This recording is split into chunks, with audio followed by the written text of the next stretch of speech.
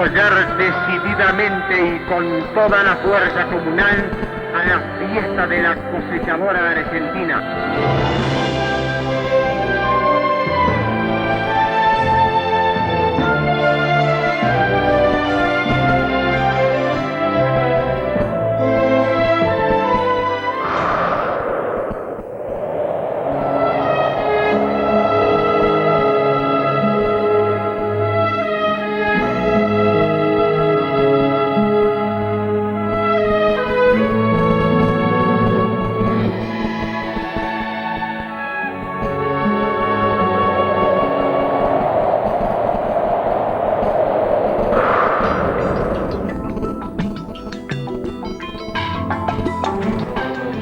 Hola, ¿cómo les va? Estamos nuevamente con historias, bueno, comenzando un nuevo ciclo en este 2003, intentando, como siempre, rescatar el pasado de San Vicente, a sus protagonistas, aquellas personas que, bueno, dieron casi toda su vida y su obra para que este pueblo pueda continuar como tal, para que hoy, 120 años después de su fundación, podamos estar contando y estar recordando aquellos hechos y aquellos protagonistas y aquellos personajes que dieron a San Vicente todo de sí para poder salir adelante. Y qué mejor que en estos 120 años podamos también conocer aquellos primeros años de vida del pueblo, de un San Vicente que podemos afirmar que no fue fundado, que surgió gracias a aquellas personas, aquellos primeros habitantes que llegaron a este lugar y que llegaron con esperanza, añorando una tierra que jamás volverían a ver, pero que lo hicieron con una gran fe y una gran esperanza por una nación mejor. Así que bueno, en este ciclo vamos a ir recordando semana tras semana aquellos primeros años, aquellos primeros hechos que acontecieron en nuestro pueblo, para, bueno, como les decía, para rendir homenaje a quienes se lo merecen realmente. Comenzamos con este ciclo un poco más tarde de lo habitual. Aquellas personas que quizás siguen este programa desde hace mucho tiempo lo habrán estado esperando y bueno, yo les agradezco por la paciencia, pero vale la pena también que usted colabore, que usted pueda aportar su testimonio, porque todo esto queda grabado en un programa que va a ser en un futuro un gran archivo para que todos nosotros podamos conocer nuestra historia. 120 años pasaron, 1883, 2003, y hoy vamos, después de más de un siglo, a conocer nuestros orígenes.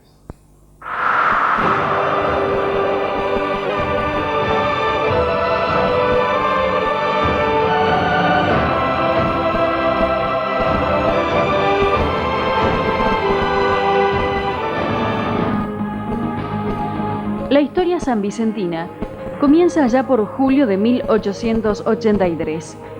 La Argentina de aquel entonces, bajo el gobierno de Julio Argentino Roca, necesitaba ser poblada y a su vez Europa, inmersa en la miseria, no podía darle a sus habitantes un lugar de paz y con posibilidades como las que ofrecía Argentina.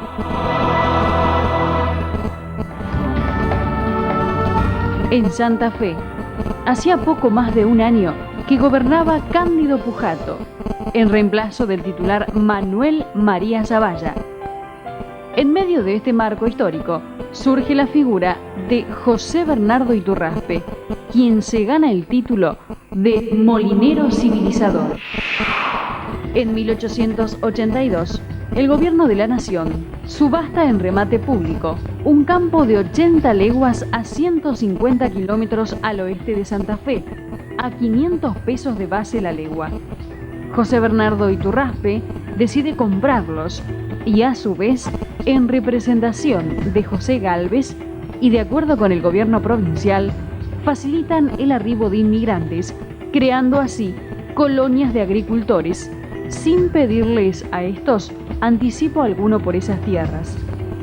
Así surge San Vicente, al igual que San Francisco, Iturraspe, Freire, Colonia Margarita, Angélica y Eustoria, y eran tierras que estaban en manos de una empresa colonizadora formada por Bernardo Iturraspe, José Bernardo Iturraspe y José Gálvez. Pero aquellos primeros colonos que arribaron a este lugar tienen que enfrentar un problema legal, ya que los terrenos que había adquirido el señor Iturraspe no pertenecían a este, sino a los herederos, Palacio de la capital federal. Según se dice, este juicio fue ganado por la familia Palacio, aduciendo que Iturraspe le había vendido a aquellos primeros colonos tierras que no eran de su propiedad.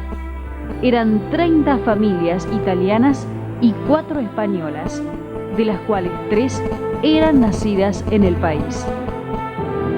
En el marco de toda esta situación poco clara, estas primeras familias comenzaron de la nada a construir a través de la esperanza, la fe y el trabajo duro un San Vicente que se denominó de esta manera porque sus primeros habitantes habían arribado el día de San Vicente de Paúl, un 19 de julio de 1883. Un San Vicente que hoy, 120 años después, continúa como legado de aquellos primeros y verdaderos hacedores de nuestra historia.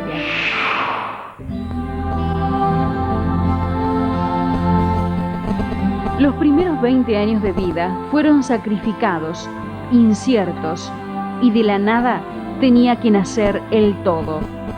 Ante la dificultad, aquellos primeros colonos se aferraron a la fe y comienzan a edificar la iglesia, fabricando ellos mismos los ladrillos para tal fin.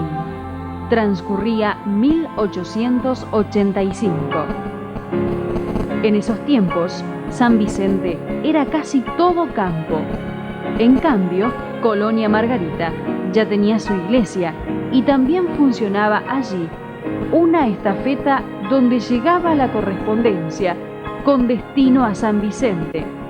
Es por eso que los escasos pobladores de Margarita proponen demarcar una plaza allí, pero don Antonio Busó solicita a las autoridades de Santa Fe 4 concesiones con el fin de formar una plaza en lo que hoy es San Vicente, con la excusa que Colonia Margarita quedaba muy lejos. A partir de ese momento comienzan a edificarse las primeras casas precarias alrededor de la plaza y se instala frente a la misma el primer negocio de ramos generales, propiedad de don Pío Macaño y su hermano, y casi simultáneamente otro, propiedad de Antonio Noqui y Pedro Busó.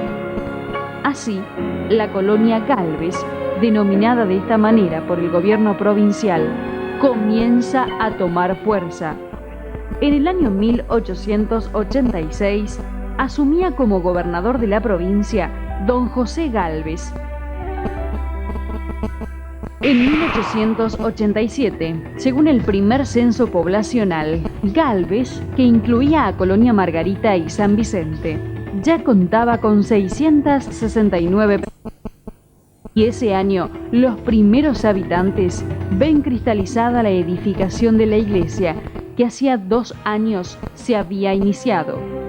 Ante este notable acontecimiento, el pueblo acelera su crecimiento y ve llegar a quien toma posición el primer capellán que tuvo San Vicente, el presbítero Cayetano Ripoli. Él tiene el honor de bautizar un 2 de octubre de 1887 a los 3 primeros niños, Manuel Velaje, Luis Testa y Ana Margarita Dominici. En 1890, Cayetano Ripoli es reemplazado por el padre Francisco Acheta, aunque por pocos meses, sucediéndole luego el presbítero Jorge Rossi. Ese año llega a San Vicente Pascual Piedras, quien viene a cubrir una necesidad básica en la población, la educación, impartiendo la enseñanza en la casa de Marcelino Garnero. Así, poco a poco, el pueblo iba teniendo cubiertas sus necesidades. Ya existían negocios, herrerías, la iglesia, pero por aquel entonces ningún médico había arribado a la localidad, siendo esta una carencia fatal en muchos casos. En 1895, el flagelo del cólera tiñó de luto a San Vicente y muchos mueren desamparados y sin un médico que velara por su salud. Uno de ellos es el dueño de la Fonda Capra, padre de don Mario Capra. La enfermedad, el desamparo y quizás la añoranza de una tierra que jamás volverían a ver, convivían a diario con aquellos primeros habitantes y sus familias.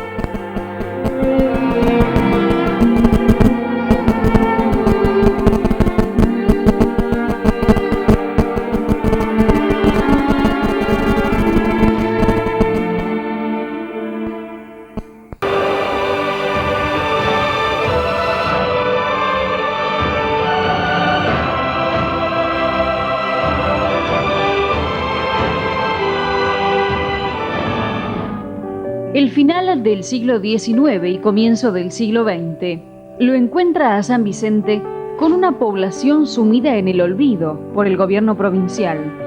Tal es así que un solo maestro debe impartir educación a 163 niños, de los cuales casi ninguno hablaba el idioma nacional, y sí, muchos de ellos el dialecto piamontés. Pero luego de un pedido efectuado por los señores Busso, Pisi, Sarniotti y Cereza, la escuela, que funcionaba desde 1890, es en 1899 reconocida por el gobierno provincial, asignándole el número 13 y nombrando a Constantino Álvarez director de la misma, ya que se desempeñaba como maestro desde 1893. En 1903, Jorge Rossi, párroco hasta ese momento, se aleja de San Vicente, sucediéndole Gumersindo Arias, quien en 1904 es testigo de cuando se erige finalmente en parroquia la iglesia de San Vicente. En 1907 llega a San Vicente el doctor Luis Albamonte, que viene a cubrir una necesidad básica en la población.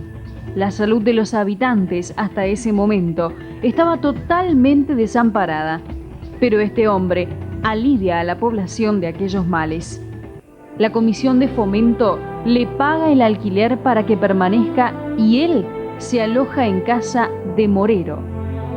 Pero en vano, porque poco después de un año, el doctor Luis Albamonte se va de San Vicente, quedando la población nuevamente sin un médico.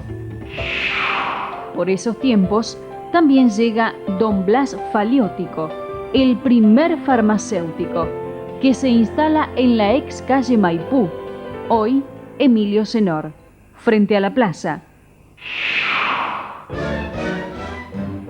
Más allá de las carencias de todo tipo que enfrentaban aquellos primeros habitantes, no todo era tristeza entre los sanvicentinos. Quizás, para hacer más amena aquella vida de privaciones, en 1912, Carlos de Grati anexa a su restaurante italiano un cinematógrafo. Allí se exhibían, entre otras, las famosas películas de Carlitos Chaplin. Además, en 1915, un grupo de jóvenes forma un club denominado Los Amantes del Placer, que funcionaba en el local de don Valentín Aymaretti. Ellos llevan a escena el 30 de septiembre de 1917 la primera obra de teatro a beneficio de esa sociedad, que se titulaba La Fuerza del Destino.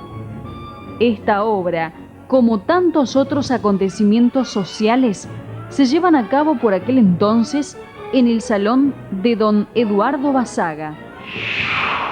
En cuanto a la Comisión de Fomento, el 26 de mayo de 1918 se lleva a cabo la división de las comunas de Colonia Margarita y Merediz, y pasan a llamarse Comuna de San Vicente y Comuna de Colonia Margarita, una y otra. Así, el primer presidente de la Comisión de Fomento de San Vicente, don Carlos Pacheta, es acompañado en la vicepresidencia por don José Biancotti, como tesorero don Juan Busso y como secretario don Juan Capelli. Pero el problema de la educación seguía siendo un impedimento para los habitantes, a pesar de que San Vicente ya contaba 35 años de existencia. Por aquel entonces, la escuela fiscal aún no contaba con edificio propio y debía deambular por distintos locales cedidos por los mismos vecinos. Debido a esto, en marzo de 1919, muchos de esos padres preocupados por la educación de sus hijos y viendo que aún no se habían reanudado las clases, entrevistan a don Pío Bautista Macera para que él se desempeñe como maestro. De esta manera, nace la escuela particular General San Martín. Pero otro cambio importante le espera a San Vicente.